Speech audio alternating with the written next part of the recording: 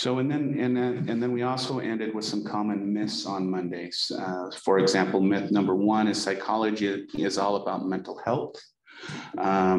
While that is a common idea, and if we look at psychologists across at least the United States, at least 52% are clinical counseling clients.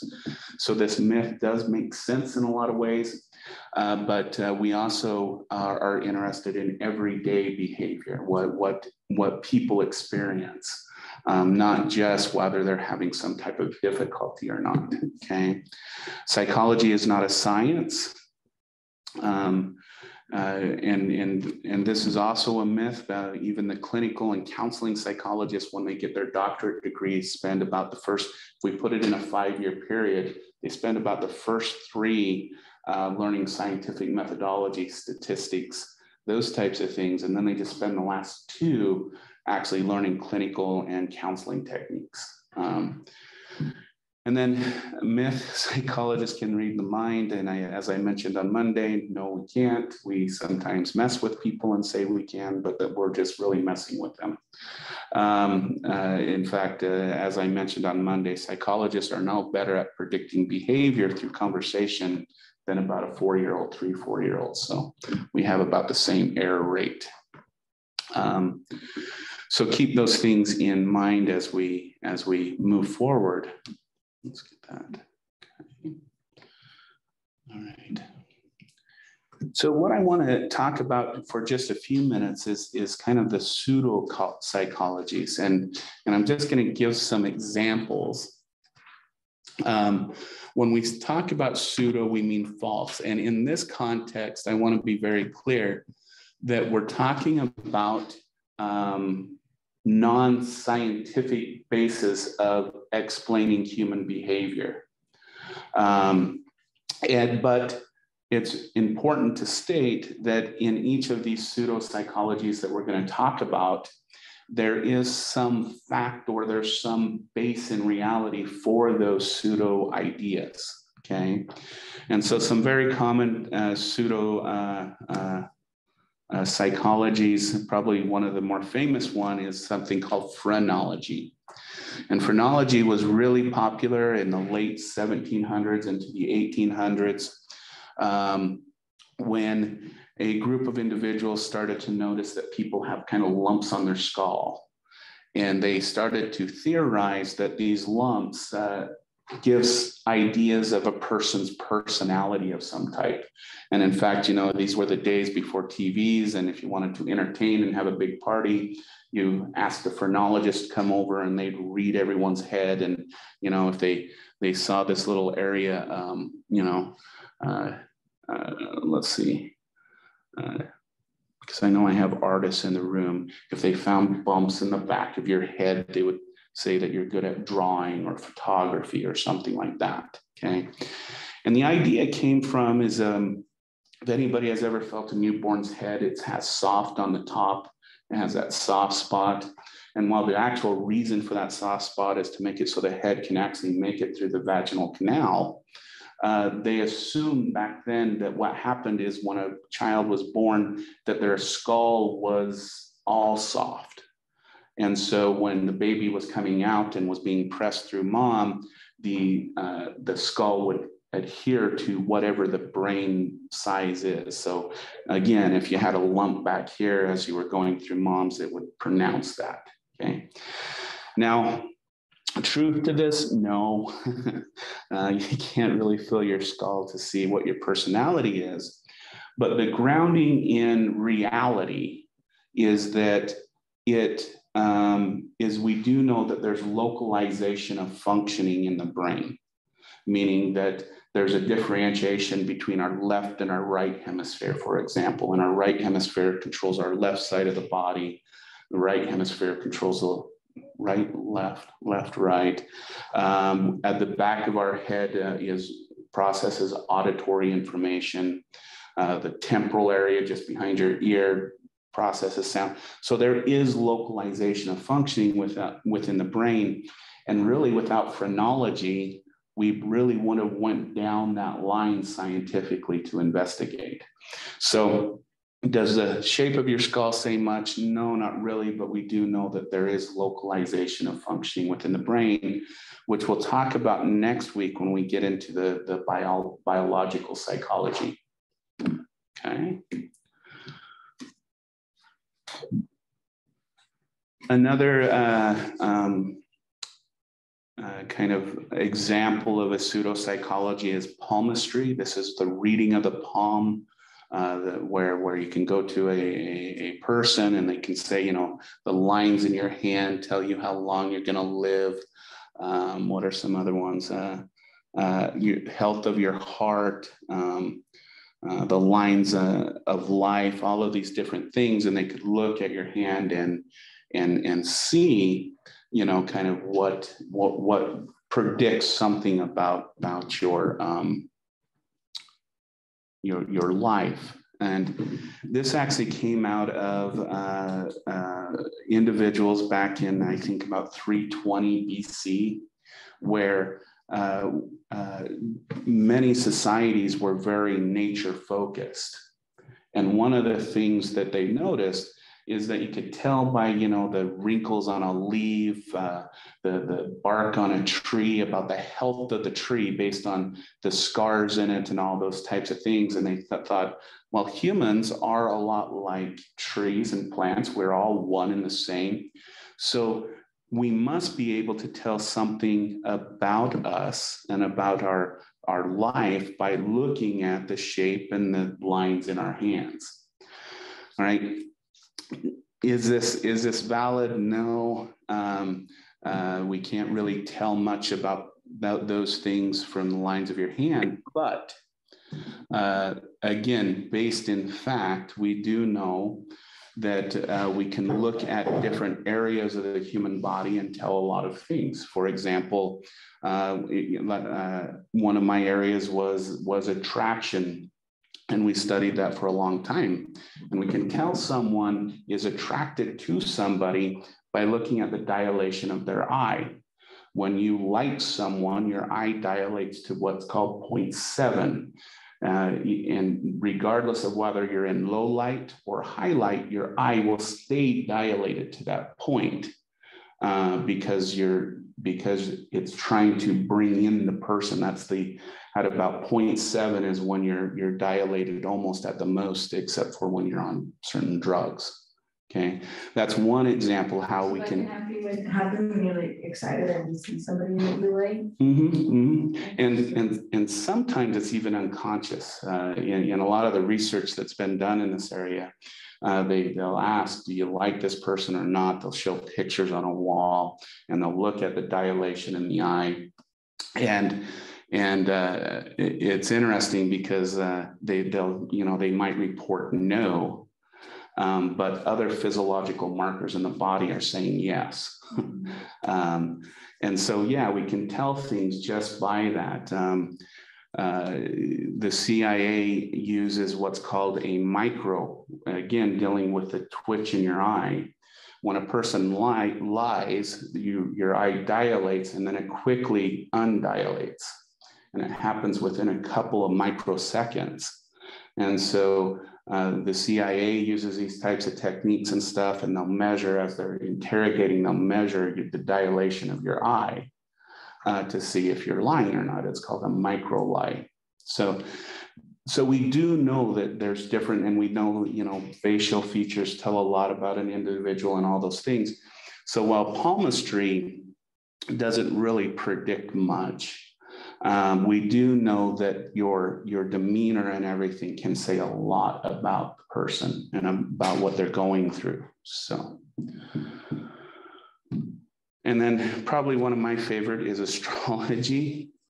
This is the position of the stars and the planets at your birth determines some type of personality trait or affect of your behavior. And so, I believe when I was born, according to the astrological signs, I'm a Leo, so I'm over here in the July type of area. The problem with astrology, at least from a scientific perspective, is that the astrological signs were made around 10,000 years ago.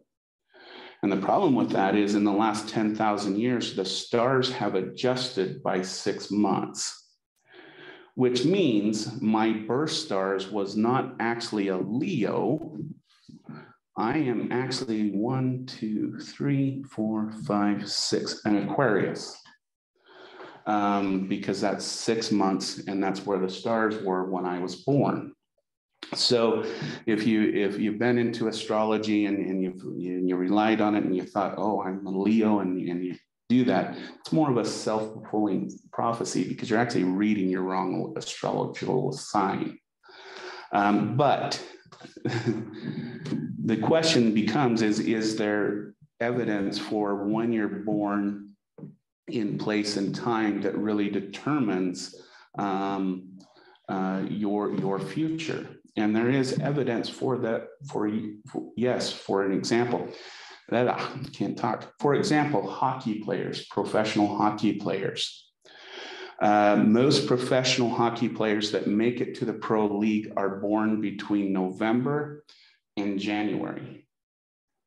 Okay, and people go, oh, that must be because it's cold then. It must be then. And actually, it's because if you're born between November and January and you start in Little League hockey, you actually will start 6 to 12 months before everyone else.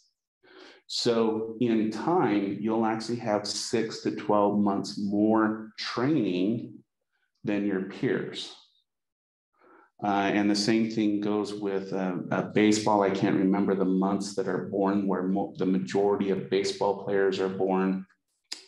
But all of those things those are kind of some sport examples of time and place, and when you're born does predict some things. Some other examples are some people, people look up to people like Bill Gates as an example. And he is a very intelligent, smart person, but is it Bill Gates himself that made Bill Gates? And the answer is actually probably not, because Bill Gates had advantage from the time he was born. One, he was born pre-computer, and he was born to a wealthy family. Now, what did that give him an advantage to? Well, back in the day when computers were starting to be developed, you actually had to have a little card, and you put the card into the machine and it would allow you to be on the computer for 30 minutes to an hour. And then you were timed out for the rest of the day or sometimes the rest of the week. And so, but what Bill Gates' family did is they bought the computer lab for his school at the time. And they said, we'll give you this, but Bill needs to have no time limit on his computer use. And so literally Bill Gates, by the time he graduated high school, had clocked more computer time than most people with a PhD in computer information sciences at that time. So again, it's an example of born in the right place and in the right circumstances that created a lot of the great individuals that we see today. And so is there something to time and place and where we're born? Yes. Does it have much to do with the stars? That's questionable. But I would also say this, if any of these psychologies bring meaning to your life, if they provide enhancement, should you stop believing in them? Absolutely not. Because again, we're just talking about scientifically validated ways of understanding human behavior and mental processes. That doesn't mean it doesn't work for some people, if that makes sense. Okay. So those were just examples, we'll skip that, of pseudo-psychologies. And again, if you look at them, the difference between psychology and the other ways of predicting human behavior and mental processes and personality is that psychology just uses science. And if it can't be validated by science, then we kind of move on from that and say, well, we'll need to look somewhere else. And I would say there is a competition. Where is it? It's in the Midwest states at like University of Oklahoma or something like that. I'll get the right university for Monday. And what they do is every year they give a competition. And if you could use any of these methods, astrology, telepathy, people who do the little globe things, fortune tellers, yeah, fortune tellers. If you do this and you can actually predict someone's behavior, they will give you, it started in 1976 at $12,000. And each year they add money to the pot until someone can win it. And today I believe it's at $1.5 million because no one has ever been able to use any of those methods to actually predict behavior accurately. So it's kind of an interesting thing. And the panel, they have an attorney, they have a magician, they have a psychologist, they have some other science people to look at the prediction. And so if you want some money and you can do it, look it up. So, but it's interesting because as long as it brings meaning, though, that's the important thing. Okay.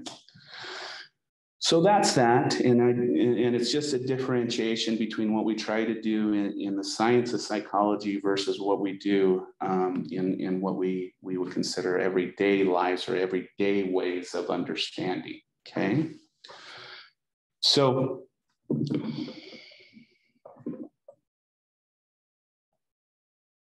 Ooh.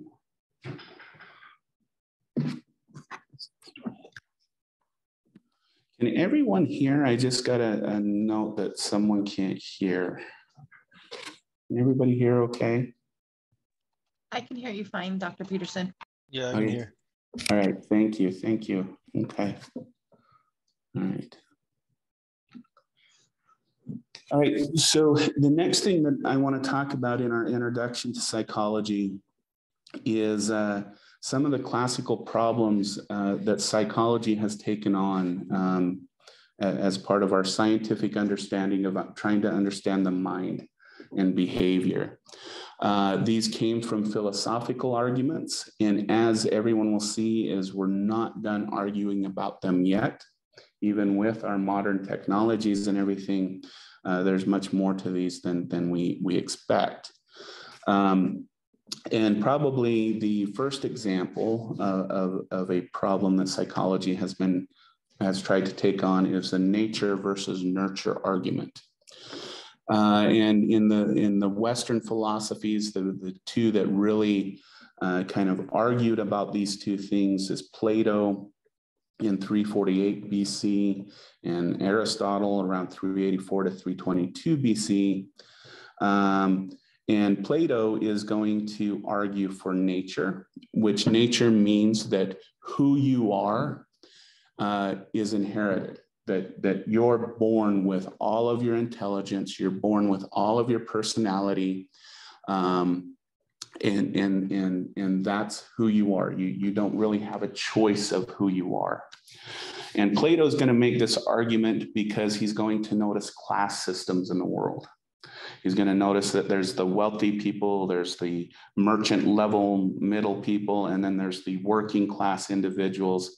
And he's going to argue that you're born into your place, and that you really, and really back then especially, you really couldn't move up those ladders or down those ladders of life. So he's going to argue that where you are in your place is based upon, basically, if we put it in modern terms, based on your genetics, okay? Now, Plato is going to have a huge influence, especially on Western culture. If we look well into the Middle Ages and everything, we see the bloodlines of kings and queens, And that was basically made by the argument of Plato that a king could only be a king if they had king's blood. And so that's kind of where that feudal area, especially in Western culture, kind of came from. Aristotle, Plato and Aristotle were two of Socrates' students. And Socrates is, of course, considered the kind of the father of Western education, all of those types of things. He came up with the Socratic method of talking back and forth until we come to a conclusion to a problem. And you continue, and you just continue to question. When Socrates dies, he gave his school to Plato, which kind of upset Aristotle. So Aristotle took off and he traveled for a long time. And again, from the Western perspective, the things that Aristotle really gave us was the differentiation between animals and plants. He's the first to catalog what plants belong to what plants, what trees belong to what trees, differentiating categories of canine versus feline and all those. But he's going to, again, this sounds very much like palmistry. He's going to take on a nurture perspective because he observed where a plant is born, where a tree is born, really determines its health. If it doesn't have the right amount of water, if it doesn't have the right amount of nutrients, it fails to thrive. And so he's going to come up with a nurture argument. He's basically going to say that it's our environment, it's our place, it's our experience that determines who we are. And so in modern terms, the nature-nurture argument is if you really strongly believe in genetics and genetic determinants, you're kind of on the nature side of things. If you really think it's your life experience that has made you who you are or who other people are, and for example, if you really believe in things like education and modern education, you're kind of more on the nurture side of the argument. And where we are as a science really with genetics is we're kind of in between. We haven't completely found every genetic determinant of behavior and mental processes. In fact, it's a very loose science at the moment. And there are just some things that are human experiences that can't not be explained by genetics, and it's explained by experience, where on some things can be explained by genetics and not necessarily just experience. So, and we'll get, when we get to the end of the semester, we'll talk about things like biologically based disorders, such as schizophrenia and bipolar. Those two disorders require some type of medical intervention for the person to become better. However, other disorders such as depression, anxiety tend to be a combination of a predisposition to those disorders, but it takes an environmental event to trigger the genetic propensity. But if somebody doesn't have those environmental events, the depression or the anxiety won't be triggered. And so those types of disorder require both a nurturing approach, such as a psychotherapy or a counseling. And in a lot of cases, you can also do a medication approach. But what we have found is it's the combination of those two, both counseling and things like medication, really help people get over disorders like depression and anxiety. So those are just some examples that we'll talk about when we get to that section, okay? A closely related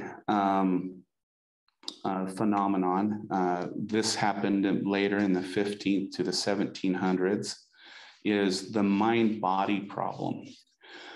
For the majority of philosophy, for the majority of science, it was dominated and was controlled by, at least the Western Hemisphere, by the Catholic Roman Church.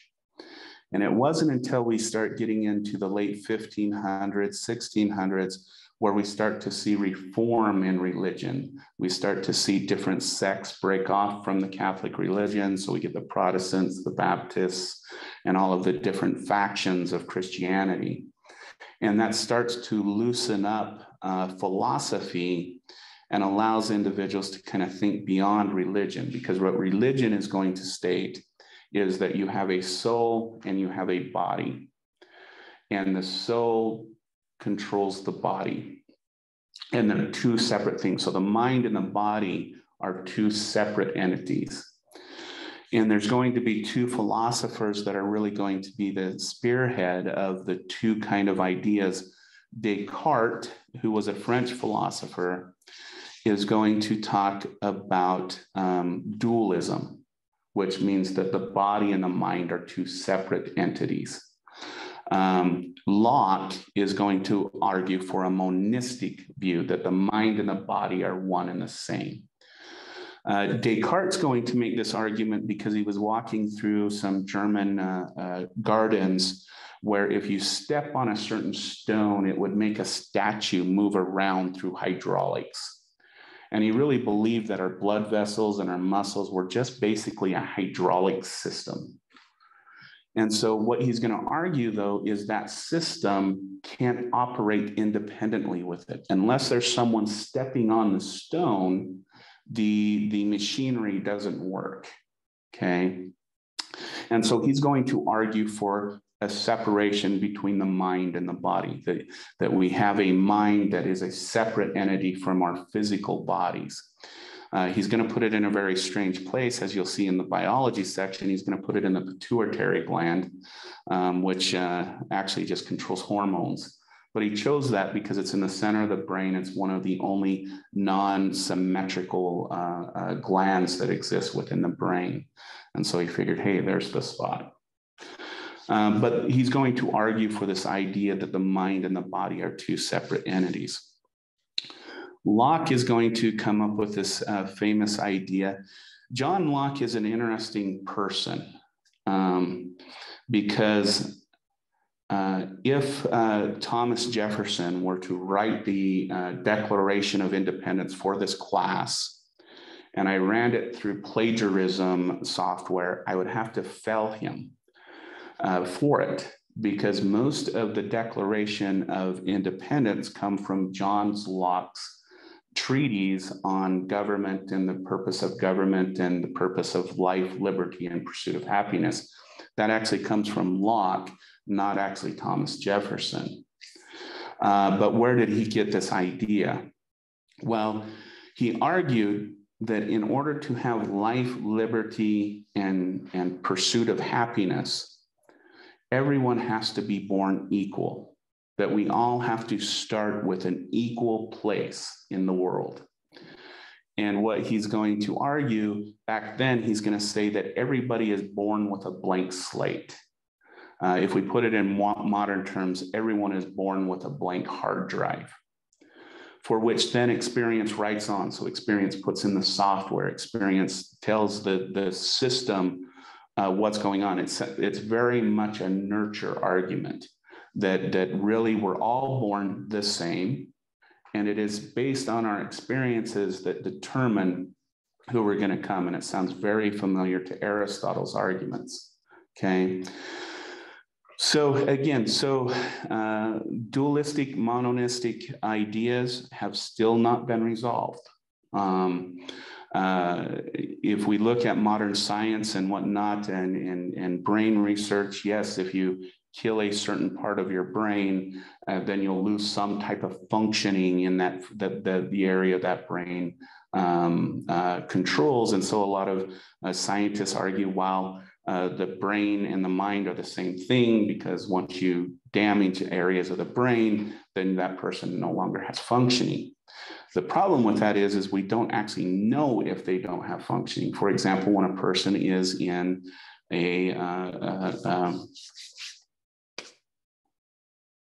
I can't remember the name of it, when someone, they're no longer conscious. In a coma, thank you. When a person is in a coma, the brain is still very active. And so what's creating that activity. It's not the physical brain that is creating that activity. And the other argument for a non-monistic idea is you could take someone who is perfectly healthy, but has passed away due to age or whatever it may be, and you can do everything you want to them, kind of do the Frankenstein thing with them, and you can't bring them back to life. So it can't just be the physical machinery that creates and expires life, some people have argued. And the other part that kind of keeps this argument going is our studies of consciousness, which we'll get to in about 4 or 5 weeks, okay? Consciousness is this ability to be present here, to know yourself in place and time, to be able to reflect on past experiences and then try to determine future experiences. It's this idea of being present. That's what consciousness is. And when we look at the brain system, the thing that confuses a lot of people when you just base it on the brain is that when we look at the brain, we can say we see vision because the auditory area of the brain starts to light up. It starts, the neurons start to fire, or there's more blood there. When you hear something, we see in the occipital lobe just behind your ear that starts to light up. And so people go, okay, well, there's consciousness. The problem is that it's kind of like a computer. And if you think about the brain as the CPU, the central processing unit, so it kind of determines what you're experiencing, then the problem that we have is we haven't located the speaker for it, meaning how does the temporal lobe create sound that we experience? Where is the computer monitor that is in the brain where we actually experience this visual experience? And those are the things in the study of consciousness that we haven't determined through brain science. We don't know where your video monitor is or where your speakers are. We just know that you have the CPU. And so where is those things located? And in a lot of the consciousness literature, they argue that it's a dualistic model, that your monitor and your hearing is not something physical. It's something that kind of transcends the electrical circuitry that's going on in the brain. So those are the arguments that still exist today. Even again, with our modern brain science and stuff, there's still questions we can't answer, which kind of, to me, is exciting. Another thing that psychology inherited was what we call the nature of man, or we could say nature of humans today. And again, we're going to come to some philosophers that kind of amplify the two different arguments for whether men are born evil and bad. Is our nature bad, or is our nature good? Are we here to be kind of altruistic and helpful, or are we here to take advantage of everyone and be bad, as you would say? And we have two individuals, Hobbes, who is our English philosopher, and we have Rousseau, who is a French philosopher. Hobbes is going to look at nature, and he's going to see destruction. He's going to see predators and prey.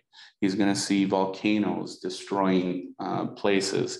He's going to see earthquakes happening. And again, he's going to equate humans to this idea is if everything in the world is just a form of destruction, humans are a form of destruction. Therefore, we're born bad. We're born not good. We're here to just take advantage of everything.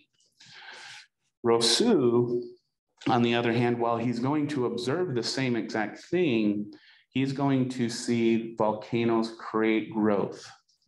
Earthquakes create mountains. Prey after they've consumed their prey, they will defecate, which will create a vegetation, which then the animals that they prey on will eat. And there's a sustainability of life. And he's going to argue that since the world is in a good symmetry with itself, so are human beings. Human beings are born good. It's when we deviate from our nature, when we take away ourselves from existing in the world, that's when people become bad, okay? Now, these two are going to have two different influences on societies. The American, the majority American population, the English population are going to take on Hobbes' ideas. And they're going to argue that the purpose of government is to repress people's bad nature.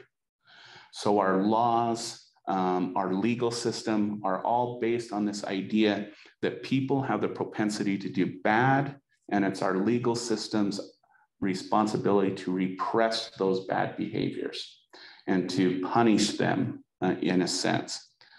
Rousseau, who's going to, not necessarily French, but more in a Denmark area, Netherlands area, they're going to say, well, when somebody does something bad, it's because they've deviated from nature. And so we need to bring them back to their natural state. We have to let them experience what they should be experiencing, which should then fix whatever is bad. Now, the way we can compare these two in some ways is our correction systems, the difference between our Western correction systems versus those that, again, exist in Denmark, Sweden, Netherlands, okay? If you go to a prison in for example, Denmark, you're going to experience something totally different than what you would experience here in America. In fact, in Denmark, a prison is much more like a resort. They have a massage therapist, they have comfortable rooms to stay in, they have private baths, the system is more of bring this person in and care for them and bring them back to a natural state, and that should then fix whatever the reason they did the illegal behavior. Here in the United States, we use the repression model of Hobbes. We put people in a prison, we use a punishment model, we put them in a place where you wouldn't want to be, and that's how we handle things. One way we can compare these two countries, which surprises a lot of Americans, is using recidivism rate. So recidivism rate here in the United States varies between about 67 to 76%, meaning that the probability of a first-time offender recommitting a crime and ending back in the correction system is around 67 to 76%, okay? However, when we look at Denmark's recidivism rate, and I don't know why it is, I'd love to go for a resort for a while and just have it all paid for. Yeah, right? Yeah. But it's interesting, their recidivism rate is less than 10%. So it's working for them. It works wonderfully for them. The idea of, again, that Rousseau's idea of bringing a person back, treating them with respect, bringing them back into the world seems to kind of win out this argument. And so, but we will talk about this, especially when we get into social psychology and personality psychology, kind of, is there people that are purely evil? The answer is yes. They represent about 2 to 3% of our populations, and they are individuals we call psychopaths. And the difference between people who are psychopathic and people who are not is, if I had everybody online raise their hand, I have a funny feeling everyone in here would raise their hand, but who in here has ever wanted to just slap somebody?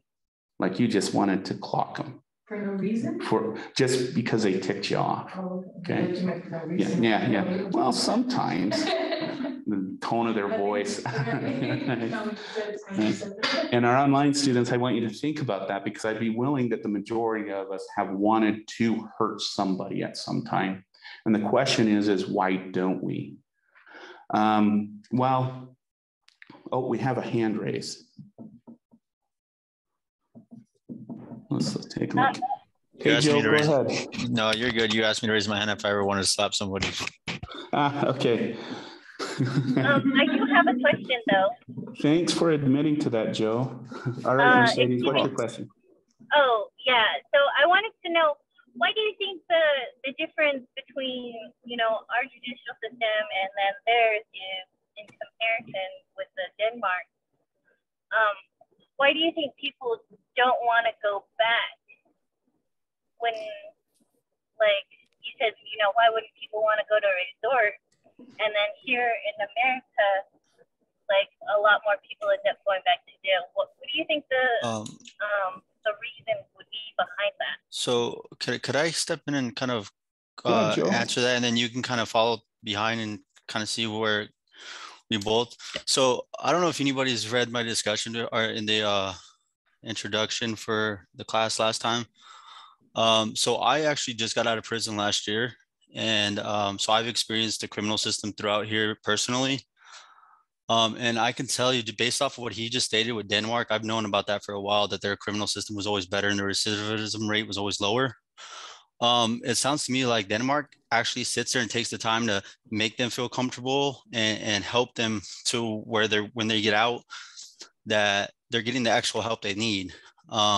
Whereas the criminal system here, for example, simple things like in life, you have responsibilities. You have to get a job. In order to get a job, you need an ID, social security card. And nowadays, you need a way to get to the job and a way for them to contact you. I got out after 2 years and I didn't have an ID and social security card given to me when I got out. So those are things that I had to continue working on.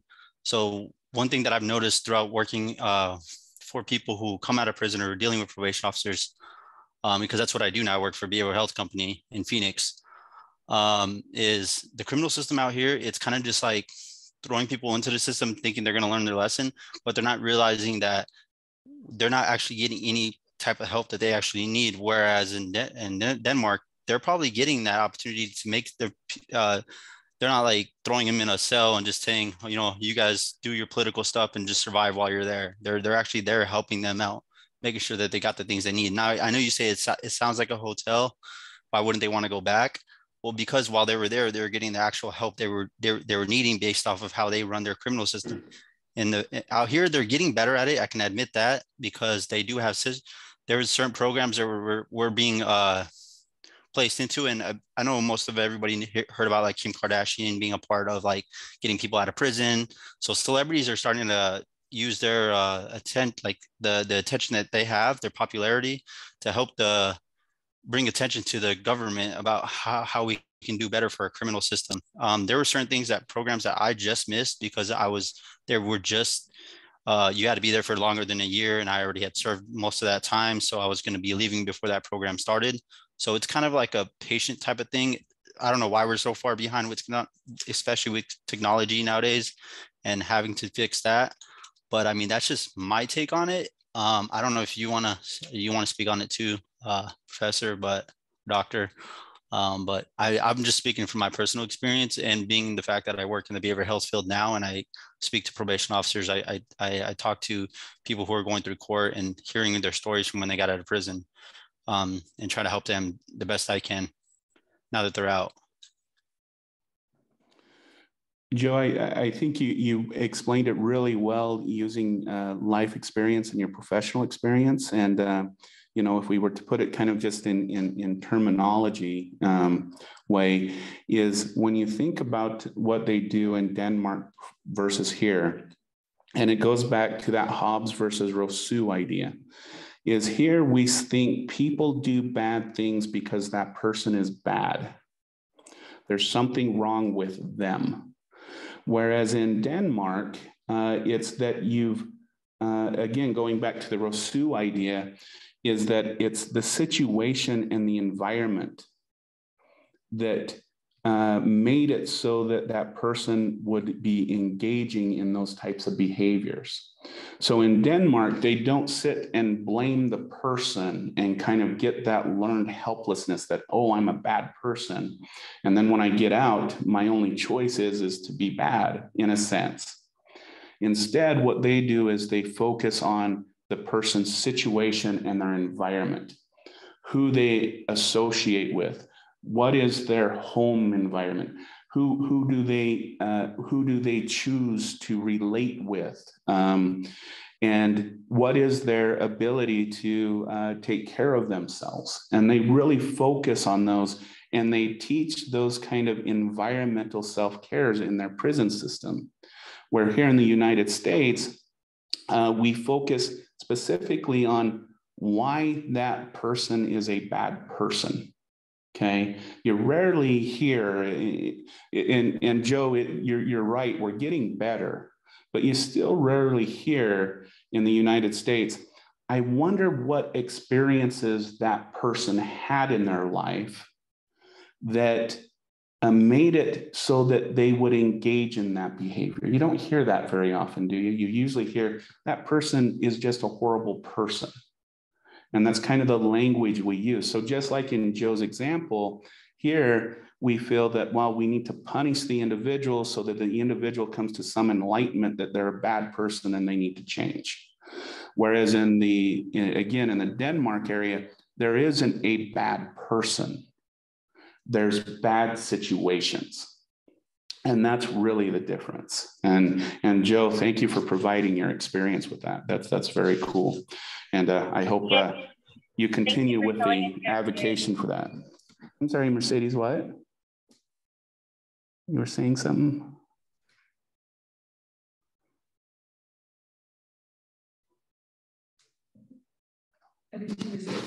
Oh, okay. Yeah, I said thank you.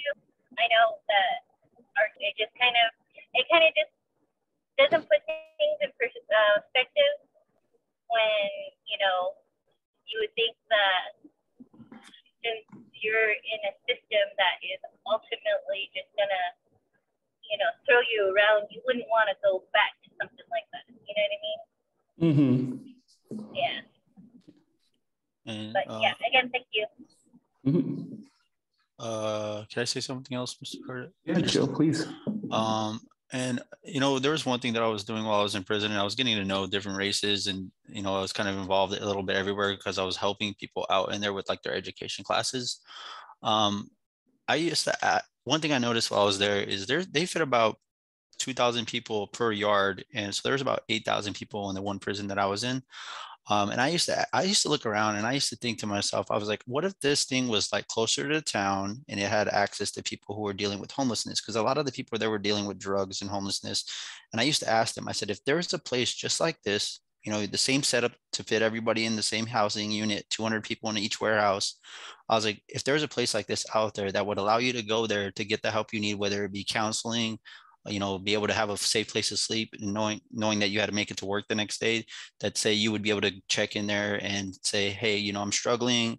They would check you in, give you a place to sleep, and then help you out with getting the resources you need to to take care of the responsibilities you needed. I said, if there was something like that out there, would you do it? They're like, and you could come and go to work and come back and take classes and stuff. They said, yeah, without a doubt, I'd do it. So many people were willing to say, like, yeah, they were willing to go into a place more structured like that. Not so political, like in prison, it's political. It's just the way it is. But if they were given the option of having a place like that, and a lot of those places you would say right now are rehabs. Well, there's not a lot of rehabs that will take you in and let you go work and help you with that part of the process. They kind of just help you through your recovery and understand that. And then after that, they dismiss you once they're done with helping you with your recovery. And then you got to kind of hopefully find the right resources to help you get a job. I saw a big opportunity there that down the road that could help people that are in prison to make it to where they don't go back. And like I said, they are getting better at it now. There are some programs, so hopefully it just continues to get better. But that was amazing to me that people were like, yeah, I'd go to something like that, just like this, if they could help, if it existed, but it doesn't exist. Excellent. Thanks for that feedback. And I think you're right, Joe, is I don't think there's a disconnect between people that experience the criminal justice system and people's perception of them. And I think that's a perfect example. So thank you. Cool. All right. So really quick, just to kind of end on this one, on the nature of man, we were talking about, is there people who are, we think, born evil? And from a scientific perspective, I mentioned psychopaths, and I was using an example of how, everyone probably has experienced a moment where you've wanted to aggress towards somebody, but then at the last moment or something, you're like, no, that's not a good idea. That's not, I shouldn't be doing that. And what is happening in the brain is, before we become consciously aware of things, information goes through our limbic system, which is the emotional centers of the brain. And we actually don't even become conscious of that processing that is occurring there for about 1 to 1.5 seconds. There's a lag time between processing of emotional information and us being consciously aware of it. We literally, we think that we're really in control of ourselves, but in reality, the brain is already processing stuff and getting you ready to act before you're even aware of it, okay?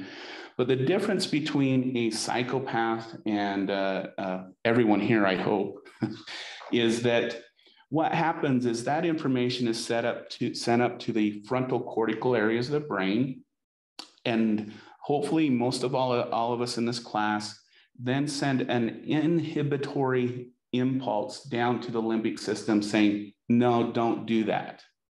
So we can shut off that emotional aggressive feelings we have towards another person. And brain research on individuals with psychopathology, they are missing that track in the brain. They're missing the track that allows your frontal cortical area of the brain to inhibit emotional responses, okay? So one, we know that there's a brain deficiency. The other thing that psychopaths don't develop, that we all do develop, is something called theory of mind, okay? And we'll get more into this when we get into developmental psychology, but somewhere between 34 to 36 months of development, we have this ability to look in the mirror and go, hey, that's me. And we can recognize ourselves. Okay, we're one of the very few species that can do this. One of the ways that they test for theory of mind is when an animal or a human is sleeping, they'll put a colorless red dye on their head so they don't know that it's there. And then when they wake up, you put a mirror in front of them. And around 24 to 36 months, an infant will sit there and go, oh, what the heck is that? Before that, they won't. And this is one of the simplest tests of theory of mind. There's about 16 of them that vary based on the ability to recognize the self, but to recognize others, okay? Other species that have this ability of self-recognition, we know elephants and dolphins, kitty cats, they're hard to test, but so far no. Dogs, no. And a lot of other primates do have this ability, such as our cousins of the monkeys and chimps and gorillas all have that ability. But we've tested in other species, and there's just not that recognition using any of the 16 tests. Well, psychopaths.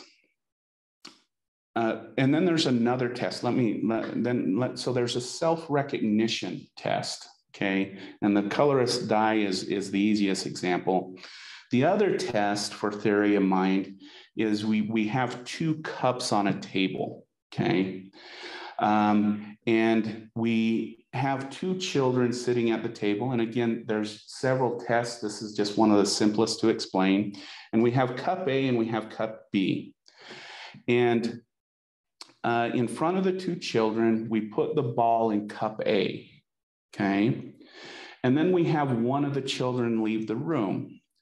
And then in front of the child that is still there, we take the ball out of cup A and put it into cup B. And then we ask the child, when the other child returns, which cup should they look in to find the ball? Well, based on our experience with that child, knowing that they didn't see that ball go from A to B, the right answer is they should check in cup A, okay?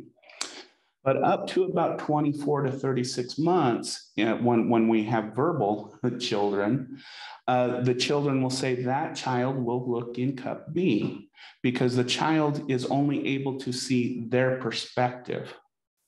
But somewhere between 24 to 36 months, that child is able to take on the experiences of that other person and not just themselves. They're able to recognize that they had a different experience to me than they had a different experience than what I had. And so when they returned, they didn't see the ball go in B, so they should pick A. And again, there's several tests. I think for this one, there's like 20 something or whatever. But even as adults, psychopaths fail the self-recognition tests, and they fail the taking on perspective of others tests, even as adults, which denotes that they don't develop this theory of mind to be able to not only think about myself, but to sit here in this classroom and wonder, I wonder how she's experiencing this class versus you versus everyone online, and be able to think about that. Psychopaths don't have that ability to take on perspective, which is the basis of things like human empathy, human compassion. I mean, that's really the base of it, is to be able to step into somebody else's shoes and see what they're experiencing.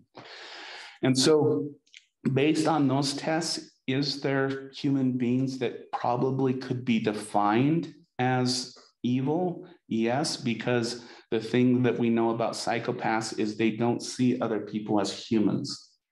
They see other people as things that should be consumed.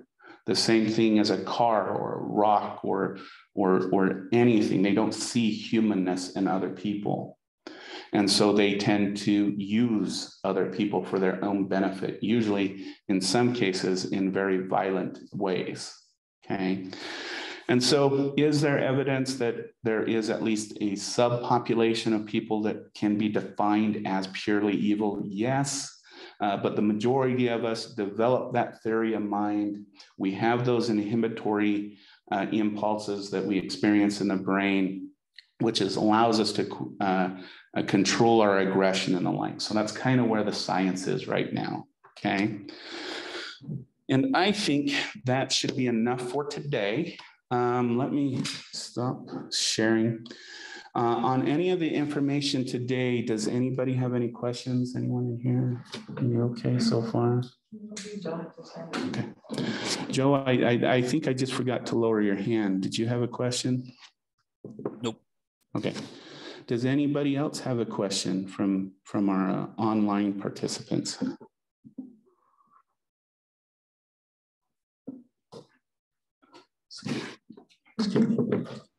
All right, everyone. Well, I think that's enough for today. As I did mention on Monday, for those students who are just joining us this Wednesday, there is no specific assignment for this week. We'll start kind of doing the weekly reflections and stuff, which I'll go over on Monday, starting next week. But again, because of the fluctuation in registration and stuff, I didn't feel good about actually making an assignment for this week. And so everything we learned this week will combine with next week and do some activities, learning activities with that. So, but with that being said,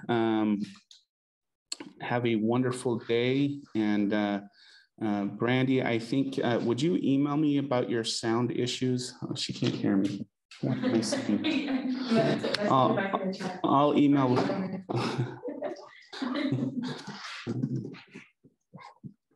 All right. Other than that, have a wonderful rest of your week. Have a good weekend, and we will see you all next week. Thank you. See you Monday. Weekend. Thank you. Thank you.